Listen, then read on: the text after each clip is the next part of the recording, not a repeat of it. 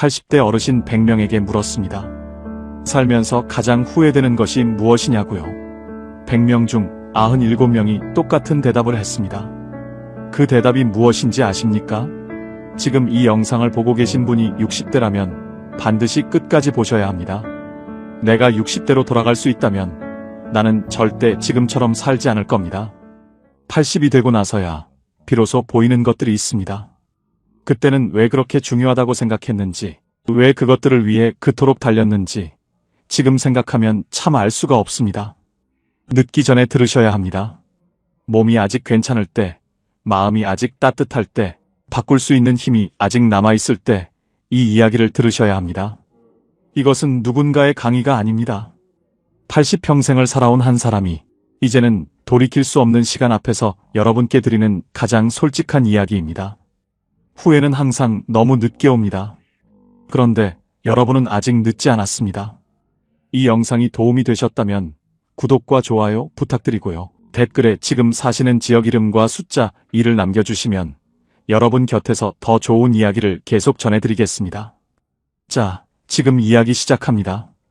경북 안동에 사시는 이한수 어르신, 올해 83이십니다. 평생을 농협에서 일하셨고 두 아들과 딸 하나를 키우셨으며 마을에서 모르는 사람이 없을 만큼 성실하고 반듯하게 살아오셨습니다. 누가 봐도 잘 살아온 사람이었습니다. 그런데 어르신이 얼마 전 저에게 이런 말씀을 하셨습니다. 나는 열심히 살았어요. 정말 열심히 살았는데 왜 이렇게 허전한지 모르겠어요. 그 말씀이 며칠 동안 머릿속을 떠나지 않았습니다. 열심히 살았는데 허전하다는 것. 그 짧은 말 안에 얼마나 많은 이야기가 담겨 있는지 그 무게를 오늘 여러분과 함께 천천히 풀어보고 싶습니다. 혹시 지금 이 순간 열심히 살고 있는데 무언가 비어있는 것 같은 느낌이 드신 적 있으십니까? 바쁘게 살고 있는데 정작 나는 없는 것 같은 느낌, 많은 것을 해왔는데 돌아보면 아무것도 없는 것 같은 느낌. 그렇다면 오늘 이 이야기가 여러분을 위한 이야기입니다. 첫 번째 이야기입니다. 너무 늦게 깨달은 것들이 있습니다. 이한수 어르신은 젊은 시절 내내 두 가지를 위해 살았다고 하십니다. 돈과 체면이었습니다. 남들보다 더 좋은 차를 타야 했고, 남들보다 더 큰 집에 살아야 했고, 마을에서 가장 먼저 자식들 대학을 보낸 아버지가 되어야 했습니다. 그것이 성공이라고 믿었습니다. 그것이 좋은 아버지, 좋은 남편이 되는 길이라고 믿었습니다. 그래서 새벽 5시에 나가서 밤 12시에 들어오는 생활을 20년 넘게 했습니다. 아이들이 어떤 꿈을 꾸는지, 아내가 무슨 생각을 하는지, 옆집 아주머니가 힘들다는 걸 알면서도 그냥 지나쳤습니다. 그때는 그게 다 중요하지 않은 것들이라고 생각했습니다. 해야 할 더 중요한 일들이 있다고 생각했습니다. 그런데 80이 넘어서 보니 그 중요하지 않다고 생각했던 것들이 전부였습니다. 아이들이 아버지와 나눴던 저녁 밥상의 기억, 아내와 손잡고 걸었던 그 짧은 산책, 이웃과 나눴던 따뜻한 인사 한마디. 그런 것들이 삶의 전부였는데 그때는 그것이 보이지 않았습니다. 너무 바빠서, 너무 앞만 봐서, 너무 남의 눈을 의식해서 보이지 않았습니다. 어르신은 조용히 말씀하셨습니다. 돈은 결국 남에게 가고, 집은 결국 누군가 다른 사람이 살고, 내 체면은 내가 죽고 나면 아무도 기억하지 않아요. 그때는 중요하다고 생각했지만 아니었습니다. 쇼펜하우어는 이런 말을 했습니다. 인간은 자신이 원하는 것을 얻고 나서야 그것이 원하던 것이 아니었음을 깨닫는다고요. 어르신이 평생을 바쳐 이룬 것들 앞에서 이제 80이 넘어 그 말의 뜻을 몸으로 이해하고 계십니다. 지금 여러분이 가장 중요하다고 생각하는 것이 무엇인지 오늘 이 이야기를 들으시면서 한 번만 다시 생각해 보시기 바랍니다. 그것이 정말 중요한 것인지 아니면 그냥 중요하다고 믿어온 것인지를요. 그 차이를 아는 것이 나머지 삶을 완전히 바꿔놓을 수 있습니다. 두 번째 이야기입니다. 건강보다 중요한 것은 없었습니다. 이한수 어르신이 70 중반에 들어서면서 평생 무시해온 것이 하나씩 돌아오기 시작했습니다. 먼저 무릎이 왔습니다. 계단을 오르내리는 것이 힘들어지더니 나중에는 평지를 걷는 것도 조심스러워졌습니다. 그 다음은 허리였습니다. 새벽 5시에 일어나 밭에 나가던 분이 이제는 아침에 일어나서 허리를 펴는 데만 10분이 걸립니다. 그리고 어느 날 밤 혼자 방에 누워서 천장을 바라보며 어르신이 생각하셨다고 합니다. 내가 이 몸으로 평생 얼마나 많은 것을 했는데 나는 이 몸에게 한 번이라도 고맙다고 한 적이 있었나? 한 번이라도 쉬게 해준 적이 있었나? 그 생각이 드는 순간 눈물이 났다고 하십니다. 몸에게 미안했다고요. 2024년 건강보험 통계연보에 따르면 65세 이상 어르신 1인당 연평균 진료비는 550만 원을 넘어섰습니다. 전체 평균의 2.4배입니다. 그게 무슨 의미인지 아십니까? 나이가 들수록 몸은 점점 더 많은 것을 요구한다는 뜻입니다.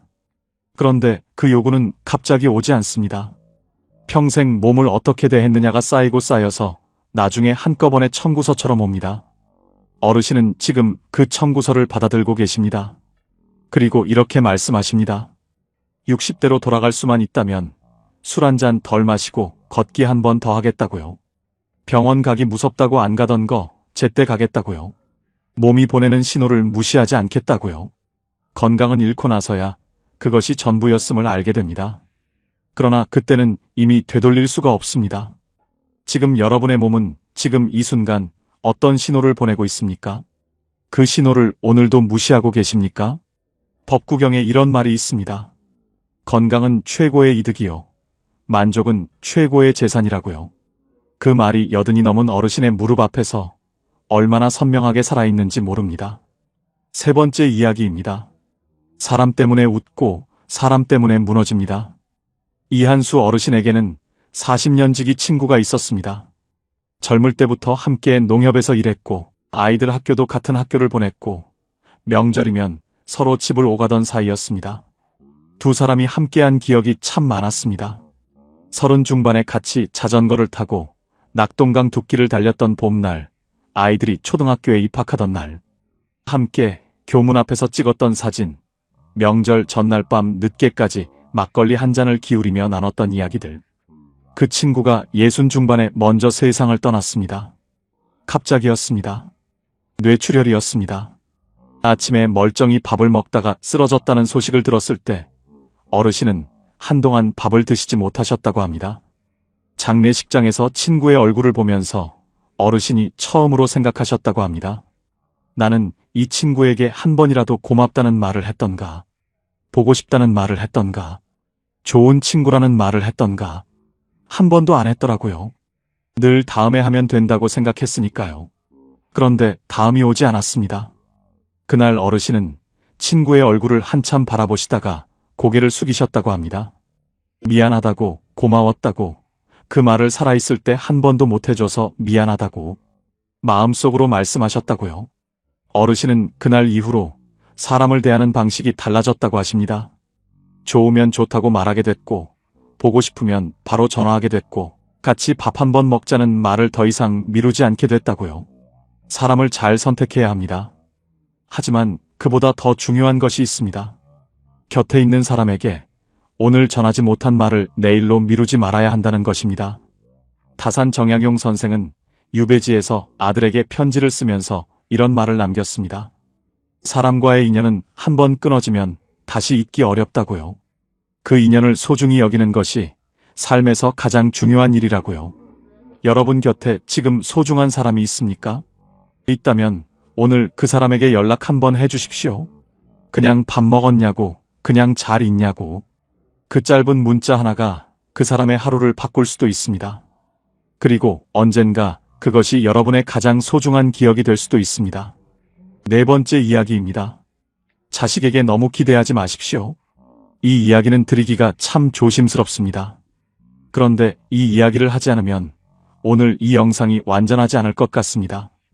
이한수 어르신이 가장 길게 침묵하신 뒤에 꺼내신 이야기가 바로 자식 이야기였습니다.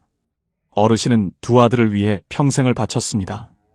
대학 등록금은 물론이고 결혼 자금도 첫집 보증금도 다 대어주셨습니다. 그러면서 마음 한켠에 기대가 조금씩 쌓였습니다. 내가 이렇게 해줬으니 나이가 들면 아들들이 나를 챙겨주겠지 하는 기대였습니다.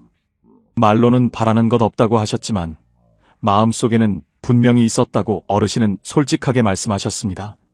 그런데 현실은 달랐습니다.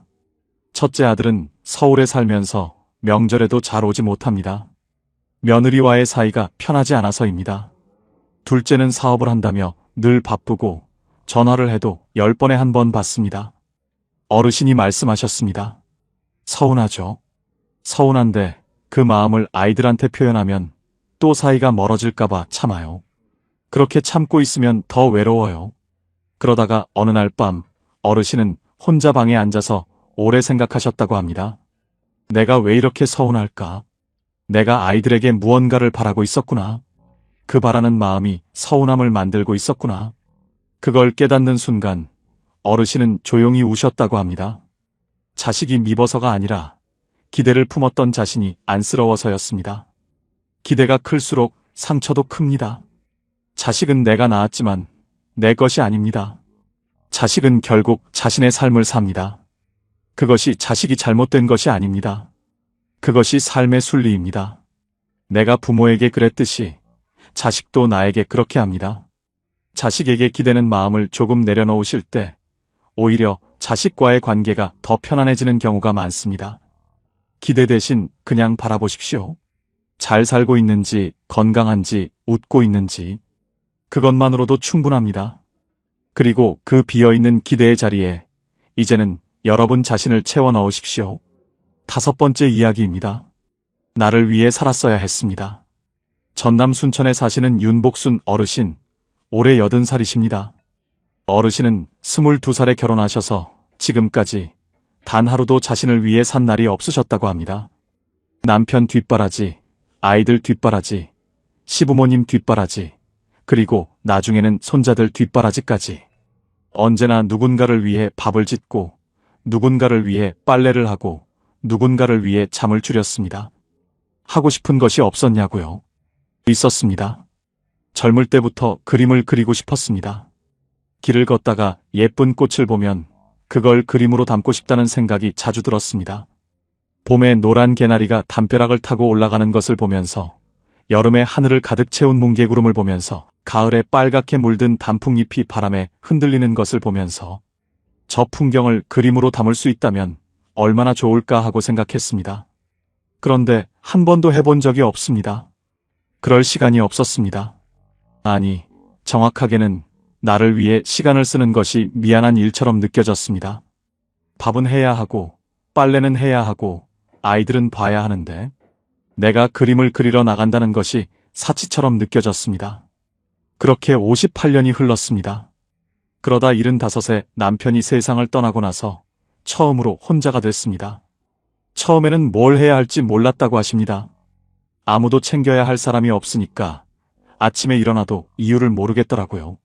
밥을 차려도 먹을 사람이 없고, 빨래를 해도 넣을 것이 없고, 집안이 너무 조용해서 그 조용함이 무섭더라고요.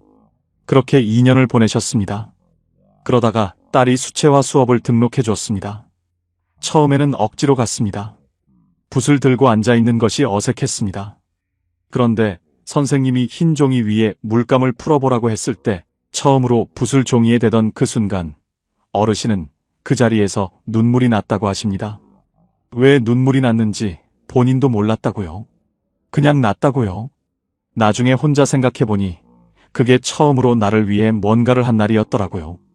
77에 처음으로요. 어르신의 그 말씀을 들으면서 저도 한참 말을 잇지 못했습니다. 77에 처음으로 나를 위해 산 날. 그 말이 얼마나 가슴 아프고 또 얼마나 아름다운지요.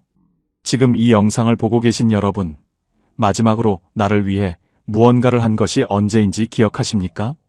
밥을 먹고 싶어서 먹은 것, 가고 싶어서 간 곳, 만나고 싶어서 만난 사람, 사고 싶어서 산 것. 그런 날이 얼마나 있었는지 오늘 한 번만 세어보시기 바랍니다. 나를 돌보는 것은 이기적인 것이 아닙니다. 나를 돌봐야 남도 돌볼 수 있습니다. 그리고 더 중요한 것은 이제는 남을 돌보는 것보다 나를 돌볼 시간이 더 필요한 나이가 되셨다는 것입니다. 윤복순 어르신은 지금도 매주 수채화 수업에 나가십니다. 지난달에는 처음으로 자신의 그림을 액자에 넣어서 벽에 거셨습니다. 봄날 노란 개나리를 그린 그림이었습니다. 젊을 때부터 그리고 싶었던 바로 그 꽃이었습니다. 그 액자를 바라볼 때마다 어르신은 이렇게 생각하신다고 합니다. 늦었지만 이제라도 했구나. 그 생각이 하루를 버티게 해준다고요. 6번째 이야기입니다. 결국 이렇게 됩니다. 이것이 오늘의 핵심입니다. 80이 넘어서 보면 사람들의 삶이 참 비슷해집니다. 젊을 때는 달랐습니다. 저 집은 부자고 저 집은 가난하고 저 사람은 공부를 많이 했고 저 사람은 못했고 저 사람은 높은 자리에 있고 저 사람은 낮은 자리에 있었습니다. 그 차이가 전부인 것처럼 느껴졌습니다. 그런데 80이 넘어서 보면 다 비슷합니다. 부자도 아프면 병원에 가고 공부를 많이 한 사람도 무릎이 아프면 걷지 못하고 높은 자리에 있던 사람도 결국 혼자가 됩니다. 이한수 어르신은 이렇게 말씀하셨습니다.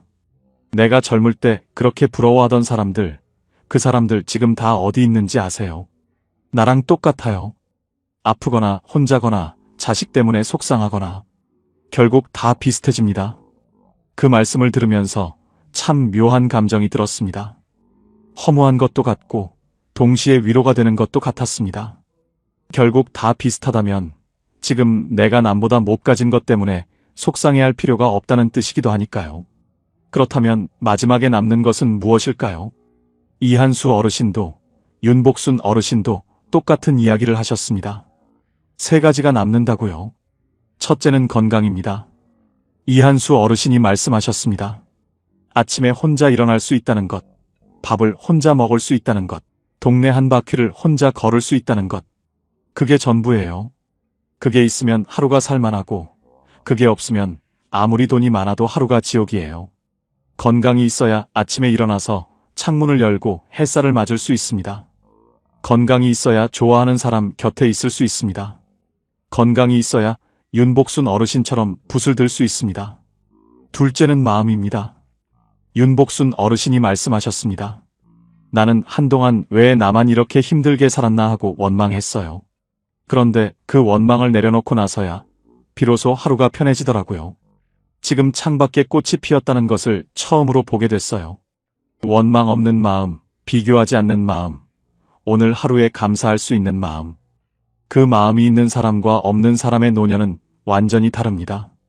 똑같이 혼자여도, 똑같이 아파도 마음이 평온한 사람은 그 안에서 작은 기쁨을 찾아냅니다. 셋째는 몇 사람입니다. 많이 필요하지 않습니다. 아플 때 전화할 수 있는 사람 1명, 같이 밥 먹을 수 있는 사람 1명, 그냥 옆에 있어도 편한 사람 1명. 이한수 어르신은 지금 그 1명이 복지관에서 만난 이웃 어르신이라고 하십니다. 피 한 방울 안 섞인 사람인데 그분이 오늘 하루를 살게 해준다고요. 그 몇 사람이 있는 노년은 풍요롭습니다. 그 몇 사람이 없는 노년은 아무리 돈이 많아도 공허합니다. 지금 여러분 곁에 그런 사람이 있습니까? 있다면 오늘 연락 한번 해주십시오. 없다면 지금부터 그런 사람을 만들어 가십시오. 아직 늦지 않았습니다. 이제 마무리 이야기를 드리겠습니다. 오늘 이 영상을 시작하면서 말씀드렸습니다. 80대 노인 100명에게 물었더니 97명이 똑같은 대답을 했다고요. 그 대답이 이제 들리십니까? 지금 이 순간을 더 소중하게 살았더라면 하는 것이었습니다. 더 건강을 챙겼더라면, 더 소중한 사람 곁에 있었더라면, 하고 싶은 것을 더 미루지 않았더라면, 나를 더 아꼈더라면. 그 97명의 후회가 오늘 여러분 앞에 놓여 있습니다. 이한수 어르신이 마지막으로 하신 말씀이 있습니다. 나는 60대가 다시 오면 이렇게 살겠다고요. 아침에 일어나면 아내 손을 한 번 잡겠다고요. 밥을 먹을 때 아이들 얼굴을 한 번 더 바라보겠다고요. 친구가 힘들다고 하면 그냥 옆에 앉아 있겠다고요. 무리해서 돈 벌려고 하지 않겠다고요. 그리고 몸이 보내는 신호를 무시하지 않겠다고요. 그러면서 어르신이 아주 조용하게, 그러나 아주 또렷하게 이렇게 말씀하셨습니다. 그런데 그게 다 60대 때 할 수 있는 일들이에요. 나는 이제 못해요. 그 말씀이 방 안에 한참 머물렀습니다. 윤복순 어르신도 비슷한 말씀을 하셨습니다. 60대에 붓을 들었더라면, 60대에 걷기를 시작했더라면, 60대에 하고 싶은 것을 조금이라도 했더라면, 그 말씀 안에 담긴 아쉬움이 얼마나 깊은지 직접 들으신 분이 아니면 모릅니다. 지금이라도 늦지 않았습니다. 60대는 아직 바꿀 수 있는 시간입니다. 몸이 아직 말을 듣고, 마음이 아직 뜨겁고, 손이 아직 누군가를 잡을 수 있는 시간입니다. 80이 되고 나서야 보이던 것들이 여러분은 지금 보고 계십니다.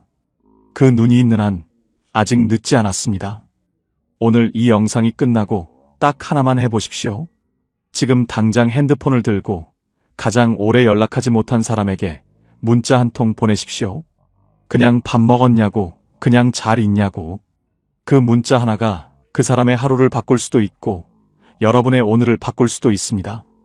여기까지 살아오시느라 정말 수고 많으셨습니다. 생각해보면 쉬운 날이 단 하루도 없으셨을 겁니다. 누군가를 위해 참고, 누군가를 위해 버티고, 누군가를 위해 웃었던 날들이 쌓이고 쌓여서 지금의 여러분이 되셨습니다. 돈과 체면을 위해 달렸던 날들도, 자식을 위해, 잠을 줄였던 밤들도, 나를 위한 시간을 포기했던 그 모든 순간들도 결국 사랑이었습니다. 그 사랑이 헛되지 않았습니다. 다만 이제는 그 따뜻한 마음을 자신에게도 한번 돌려주실 때입니다. 이한수 어르신이 돌아가고 싶어하는 그 60대가 지금 여러분의 자리입니다. 윤복순 어르신이 77에 처음 들었던 그 붓을 여러분은 지금 들 수 있습니다. 개나리가 피는 봄날, 뭉게구름이 가득한 여름날, 단풍이 물드는 가을날, 그 모든 계절을 여러분은 아직 그림으로 담을 수 있습니다. 오늘 아침 창가에 들어오는 햇살, 따뜻한 차 한 잔의 온기, 문득 생각나는 오래된 친구의 얼굴, 그런 작고 조용한 것들이 사실은 삶의 전부였다는 것을 두 분, 어르신이 80이 넘어서야 알게 된 것을 여러분은 지금 알게 되셨습니다. 그것만으로도 오늘이 충분히 가치 있는 하루입니다. 80이 되고 나서야 보이던 것들이 여러분은 지금 보고 계십니다. 그 눈이 있는 한 당신은 아직 늦지 않았습니다. 오늘도 끝까지 함께 해주셔서 진심으로 감사드립니다. 지금까지 황금노후였습니다. 70세 이후 3년 안에 절반이 낙상을 경험합니다. 그리고 그중 상당수가 다시는 예전처럼 걷지 못합니다. 그게 무슨 의미인지 아십니까? 몸 하나가 무너지면 그것으로 끝이 아니라는 뜻입니다. 삶 전체가 무너지기 시작한다는 뜻입니다. 많은 사람들이 70세부터 인생이 무너진다고 말합니다. 그 이유를 직접 겪어보면 알게 됩니다. 그런데 그때는 이미 늦습니다. 70세 이후라면 반드시 끝까지 보셔야 합니다. 오늘 이 영상은 겁을 드리려는 것이 아닙니다. 준비하지 않으면 반드시 오는 것들을 미리 알고 지금부터 막을 수 있는 방법을 드리려는 것입니다. 늦기 전에 들으셔야 합니다. 몸이 아직 괜찮을 때, 판단이 아직 또렷할 때, 바꿀 수 있는 힘이 아직 남아있을 때 이 이야기를 들으셔야 합니다. 이 영상이 도움이 되셨다면 구독과 좋아요 부탁드리고요. 댓글에 지금 사시는 지역 이름과 숫자 2를 남겨주시면 여러분 곁에서 더 좋은 이야기를 계속 전해드리겠습니다. 자, 지금 이야기 시작합니다. 경남 창원에 사시는 정명수 어르신, 올해 76이십니다. 3년 전만 해도 매일 아침 동네 뒷산을 오르셨습니다. 1시간 코스를 거뜬하게 걸으셨고 산 정상에서 마시는 물 한 모금이 하루를 시작하는 낙이었습니다. 그런데 73 겨울 어느 날 아침이었습니다. 평소처럼 산을 오르다가 갑자기 오른쪽 다리에 힘이 빠지는 느낌이 들었습니다. 잠깐이겠거니 하고 계속 걸었습니다. 그런데 다음 날도 그 다음 날도 그 느낌이 사라지지 않았습니다. 병원에 갔더니 의사가 말했습니다. 근감소증입니다. 어르신, 이 시기부터 몸이 무너지기 시작합니다. 근감소증이라는 말을 처음 들으셨을 때 어르신은 이렇게 생각하셨다고 합니다. 나는 매일 산을 다녔는데 내가 왜? 그런데 그게 아니었습니다. 나이가 들면 아무리 열심히 움직여도 근육은 자연스럽게 줄어들기 시작합니다. 2025 고령자 통계에 따르면 70세 이상 어르신의 절반 이상이 근감소 위험군에 해당합니다. 그게 무슨 의미인지 아십니까? 지금 걸을 수 있다고 해서 안심할 수 없다는 뜻입니다. 근육이 줄어들면 가장 먼저 오는 것이 낙상입니다. 낙상은 단순한 넘어짐이 아닙니다. 70세 이상 어르신의 낙상은 절반 이상이 입원으로 이어지고 그중 상당수가 다시는 예전처럼 걷지 못하게 됩니다. 정명수 어르신은 그날 이후 뒷산을 오르지 못하게 됐습니다. 처음에는 잠깐이라고 생각했습니다. 좀 쉬면 나아지겠거니 했습니다. 그런데 3개월이 지나고 6개월이 지나도 다리는 예전 같지 않았습니다. 어르신이 말씀하셨습니다. 산에 못 간다는 게 그냥 운동 하나 못하는 게 아니에요.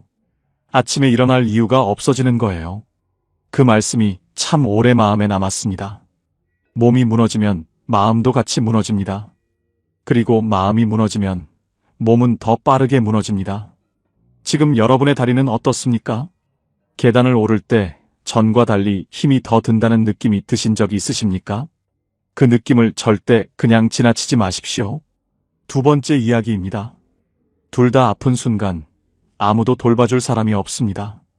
이 이야기는 특히 부부가 함께 사시는 분들께 드리는 이야기입니다. 전북 전주에 사시는 김태수, 이순례 어르신 부부, 두 분 모두 올해 78이십니다. 젊을 때부터 사이가 좋기로 동네에서 소문난 부부셨습니다. 서로 의지하며 살아오셨고 자식들이 독립한 뒤에도 두 분이서 참 잘 지내셨습니다. 그런데 작년 여름 김태수 어르신이 허리 디스크 수술을 받으셨습니다. 수술 후 3개월간 거동이 불편하셨습니다. 이순례 어르신이 남편을 돌봐야 했습니다. 그런데 이순례 어르신도 무릎이 좋지 않으십니다. 남편을 일으키려다 어르신도 무릎이 악화됐습니다. 남편은 누워 있어야 하고 아내는 걷기가 힘들어졌습니다. 자식들은 서울과 부산에 살고 있습니다. 며칠은 번갈아 내려왔지만 직장이 있고 아이들이 있으니 매일 올 수가 없었습니다. 결국 두 분이서 서로를 부축하며 버텨야 했습니다. 이순례 어르신이 제게 이렇게 말씀하셨습니다. 그때 처음 알았어요. 우리 둘 다 아프면 정말 아무도 없구나. 그 말씀이 방 안에 오래 머물렀습니다. 우리나라 70세 이상 부부 가구에서 두 분 모두 만성질환을 가지고 계신 경우가 절반을 훌쩍 넘습니다. 한 분이 아프면 다른 분이 돌봐야 하는데 그 다른 분도 이미 아프신 경우가 너무 많습니다. 이것이 바로 노노간병, 노인이 노인을 돌보는 현실입니다. 지금 여러분 부부는 괜찮으십니까? 지금 당장은 괜찮다고 해도 이 현실은 반드시 준비해 두셔야 합니다. 혼자 버티는 것이 미덕이 아닙니다. 버티다가 둘 다 쓰러지는 것이 가장 위험한 상황입니다. 세 번째 이야기입니다. 나는 이제 필요 없는 사람인가? 사람은 밥만 먹고 사는 것이 아닙니다. 역할이 있어야 삽니다.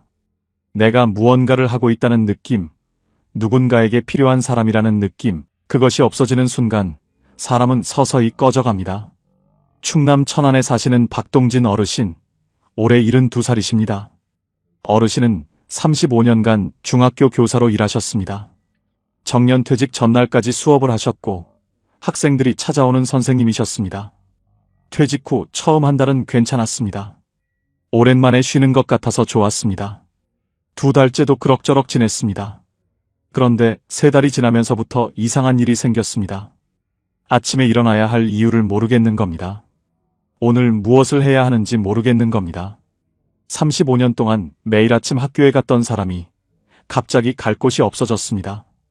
어르신은 이렇게 말씀하셨습니다. 아무도 나를 필요로 하지 않는다는 느낌이 처음에는 이상하게 느껴지더니 나중에는 무서워지더라고요. 나는 이제 필요 없는 사람인가? 그 생각이 매일 아침 일어나자마자 드는 거예요. 이것이 사회적 소멸입니다. 직위가 사라지고 역할이 사라지고 나를 기억하는 사람이 점점 줄어드는 느낌. 이것은 단순한 허전함이 아닙니다. 질병관리청 자료에 따르면 은퇴 후 사회적 역할을 상실한 노인의 우울증 발생률은 그렇지 않은 경우보다 2배 이상 높게 나타납니다. 그게 무슨 의미인지 아십니까? 할 일이 없어지는 것이 단순히 심심한 것이 아니라 건강을 실질적으로 위협한다는 뜻입니다. 지금 여러분은 내일 아침 일어날 이유가 있으십니까? 그 이유가 선명하게 있으신 분은 정말 다행입니다. 그런데 그 이유가 조금 흐릿하다면 오늘 이 이야기를 특히 귀 기울여 들으시기 바랍니다. 네 번째 이야기입니다. 전화할 사람이 점점 줄어듭니다. 이 이야기는 조용한 이야기입니다. 소리 없이 오는 이야기입니다. 경기도 수원에 사시는 한미숙 어르신, 올해 75이십니다. 어르신의 핸드폰에는 연락처가 200개가 넘습니다. 살면서 만난 사람들, 직장 동료들, 친구들, 교회 지인들. 그런데 어느 날 어르신이 핸드폰을 들고 오래 바라보셨다고 합니다. 전화하고 싶은데 누구에게 해야 할지 모르겠더라고요. 200개의 연락처 중에 지금 내가 전화를 걸면 반갑게 받아줄 사람이 몇 명이나 될까 하고 세어봤더니 5손가락이 안 되더라고요. 왜 이렇게 됐을까요? 한 명은 먼저 세상을 떠났습니다. 한 명은 치매가 왔습니다. 한 명은 자식 집으로 이사를 갔습니다. 가장 친했던 친구는 2년 전부터 연락이 뜸해졌습니다. 이유를 모릅니다. 그냥 그렇게 됐습니다. 나이가 들면 세상이 좁아집니다. 이것은 내가 잘못해서가 아닙니다. 자연스럽게 오는 일입니다.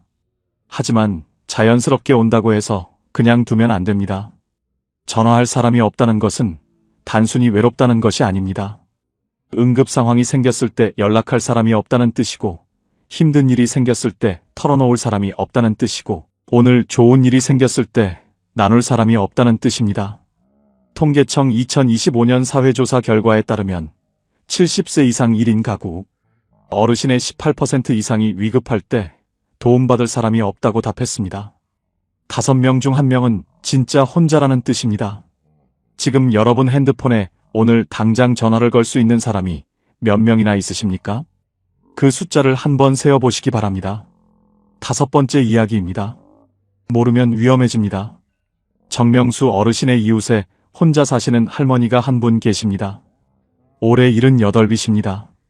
평생 성실하고 조심스럽게 사셨고 남을 속이거나 속는 일과는 거리가 먼 분이셨습니다. 그런데 작년 가을 핸드폰으로 문자 하나를 받으셨습니다. 국민건강보험 환급금이 있으니 링크를 눌러 신청하라는 내용이었습니다. 어르신은 그것이 무엇인지 몰랐습니다. 링크를 누르면 안 된다는 것도 몰랐습니다. 화면에 나오는 대로 이름을 쓰고 주민번호를 쓰고 계좌번호를 입력했습니다. 그리고 10분 뒤 통장에서 돈이 빠져나갔습니다. 평생 아끼고 모은 돈 중 300만 원이 순식간에 사라졌습니다. 어르신은 그 일 이후로 핸드폰 자체를 손에 쥐기가 무서워졌다고 하십니다. 그리고 이렇게 말씀하셨습니다. 내가 무식해서 당한 거라고 부끄러워서 자식한테도 말을 못했어요. 그 말씀이 너무 마음 아팠습니다. 무식해서가 아닙니다. 몰라서입니다. 그리고 모르는 것은 배우면 됩니다. 디지털 세상은 빠르게 바뀝니다. 그 속도를 모두 따라갈 필요는 없습니다. 하지만 딱 3가지만 아시면 됩니다. 출처 모르는 링크는 절대 누르지 않는 것, 모르면 반드시 자식이나 주변에 먼저 물어보는 것, 그리고 동네 주민센터나 복지관에서 운영하는 디지털 안전교육을 한 번만 들어보는 것. 이 3가지가 여러분의 평생 모은 것을 지킵니다. 법구경에 이런 말이 있습니다. 지혜로운 사람은 자신이 모른다는 것을 알기에 배우기를 멈추지 않는다고요. 모른다는 것을 인정하는 것이 지혜의 시작입니다. 6번째 이야기입니다. 몸보다 먼저 무너지는 건 마음입니다. 이것이 오늘 이야기의 진짜 핵심입니다. 지금까지 말씀드린 것들, 근육이 줄어들고, 배우자도 아프고, 역할이 사라지고, 친구가 줄어들고, 세상이 낯설어지는 것들. 그것들이 하나씩 쌓이면 결국 한 가지로 이어집니다. 아무것도 하고 싶지 않아지는 것입니다.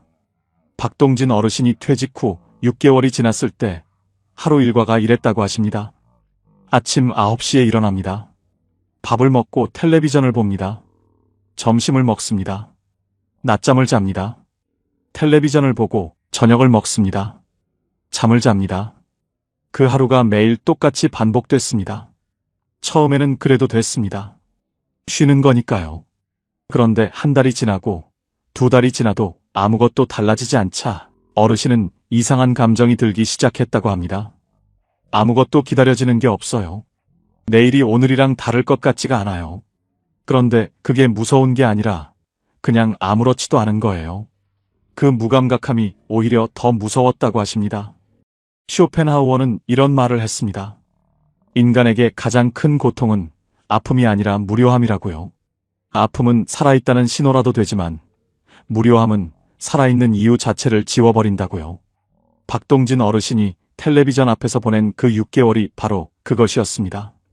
질병관리청 자료에 따르면 70세 이상 어르신의 우울 위험군 비율은 20%에 육박합니다. 5명 중 1명이 마음이 무너지고 있다는 뜻입니다. 그게 무슨 의미인지 아십니까? 옆집 어르신이 혹은 지금 이 영상을 보고 계신 여러분이 그 한 명일 수 있다는 뜻입니다. 지금 아무것도 하고 싶지 않으신 날이 많아지고 있습니까? 그냥 피곤해서라고 넘기고 계십니까? 그 신호를 절대 그냥 지나치지 마십시오. 몸이 보내는 신호보다 마음이 보내는 신호가 더 위험한 경우가 많습니다. 그렇다면 어떻게 해야 할까요? 지금부터는 살아남는 이야기를 드리겠습니다. 첫 번째 생존 전략입니다. 작은 습관이 생명을 지킵니다. 정명수 어르신은 뒷산을 오르지 못하게 된 뒤 한동안 아침마다 멍하게 앉아 계셨습니다. 산에 가야 한다는 생각은 드는데 다리가 따라주지 않으니 그냥 앉아있는 날이 늘었습니다.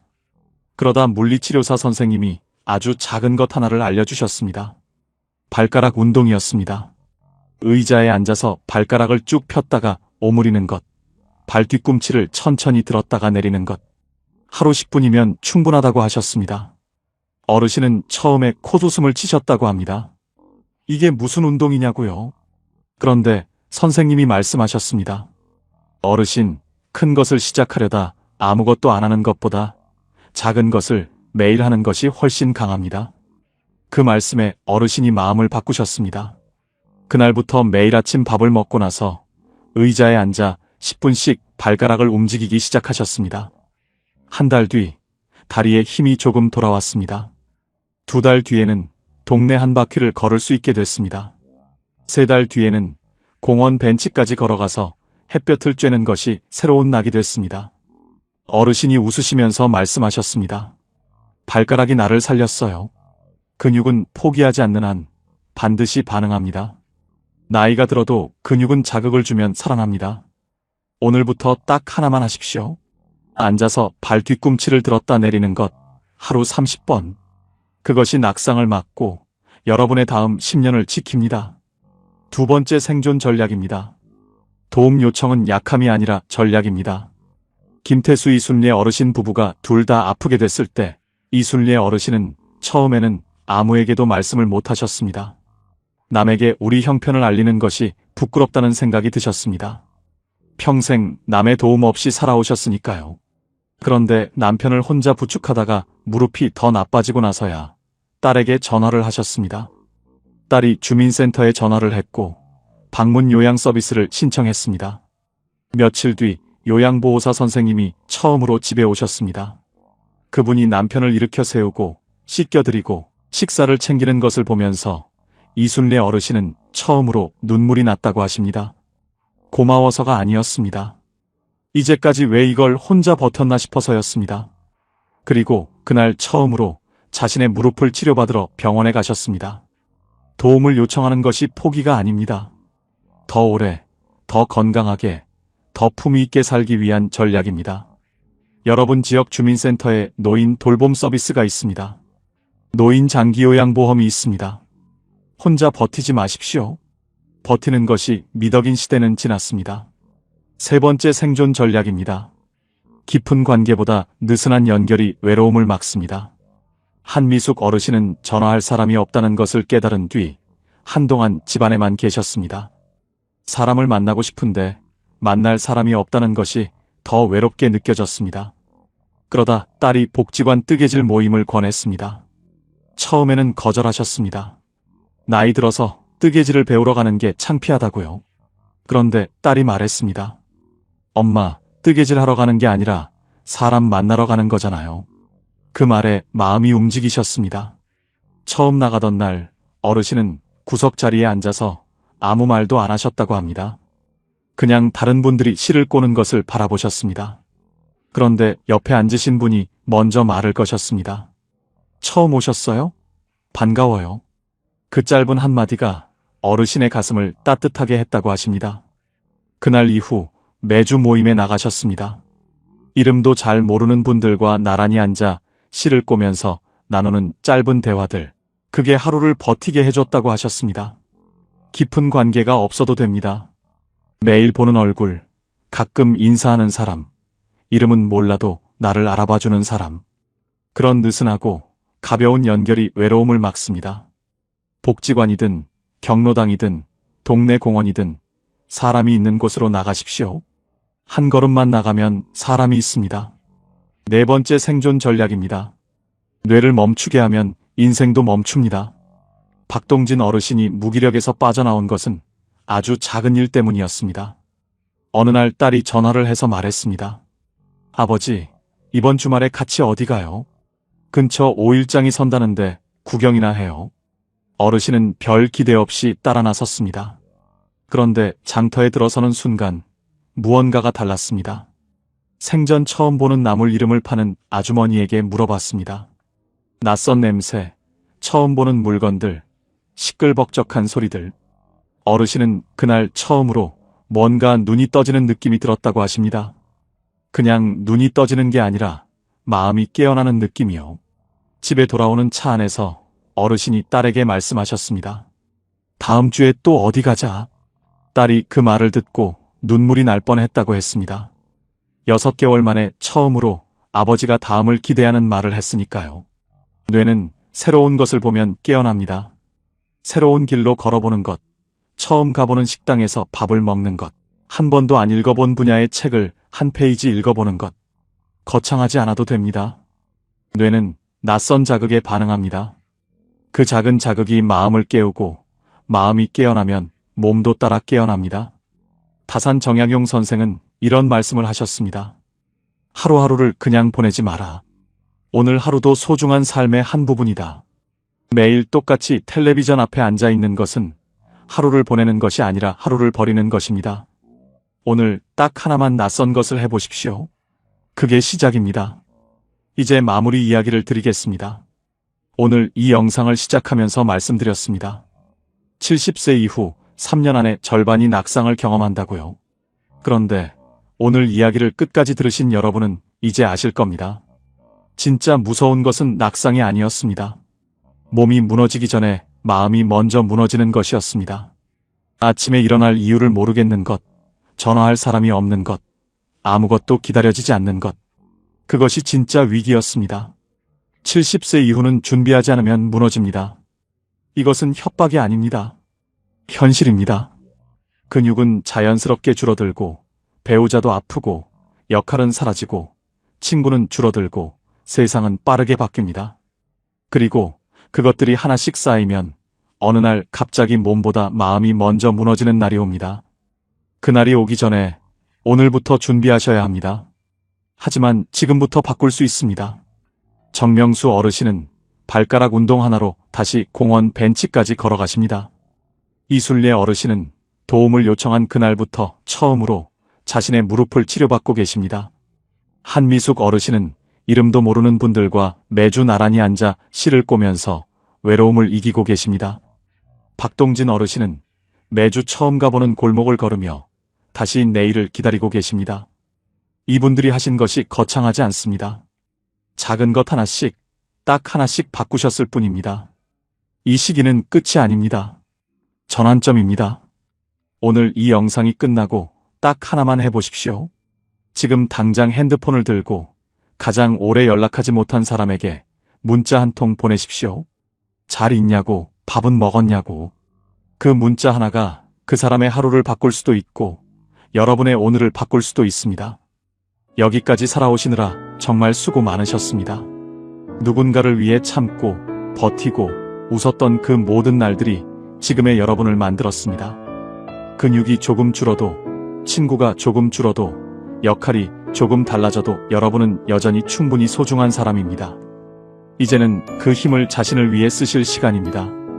매일 아침 눈을 떠서 오늘 할 일이 하나라도 있다는 것, 오늘 만날 사람이 한 명이라도 있다는 것, 오늘 걸을 수 있는 두 발이 있다는 것, 그 작고 당연해 보이는 것들이 사실은 가장 소중한 것들입니다.